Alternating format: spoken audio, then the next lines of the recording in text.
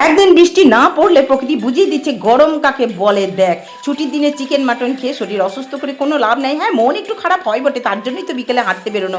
রাস্তার ধারে এই ছোট ছোট চারা গাছগুলো একদিন কিন্তু মহিরুহ হবেই, আর রাস্তাটা ছায়া দেবে, তখন তোমরা একটু দেখতে এসো।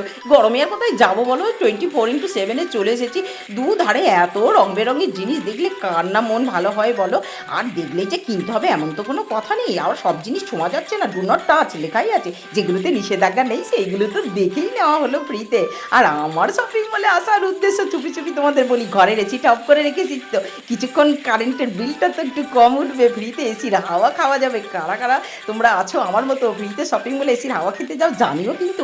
কখন সন্ধ্যা নেমে গেছে জিনিস দেখতে দেখতে বুঝতেই পারিনি, এত দেবদেবীর মূর্তি। এখানেই মনে মনে একটু প্রণাম করে নিলাম। না গো, অতটা ছোট লোক হতে পারলাম না, এতক্ষণ ফ্রিতে এসির হাওয়া খেলাম, দু একটা জিনিস তো কিনতেই হয় বলো।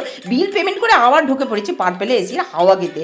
এইখানে জিনিসের এত দাম দেখেই তো চক্ষু চড়ক গাছ কর্তাটির।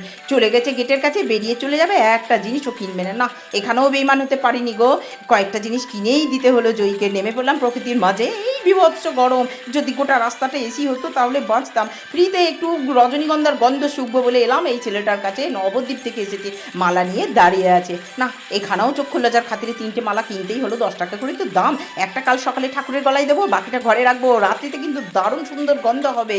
আর এই দেখো ছানা নিয়ে বিক্রি করছে, ছানাও অবশ্য কিনলাম না। তোমাদের কার কার রজনীগন্ধার গন্ধ ভালো লাগে একটু জানিও। ভালো থেকো তোমরা সবাই।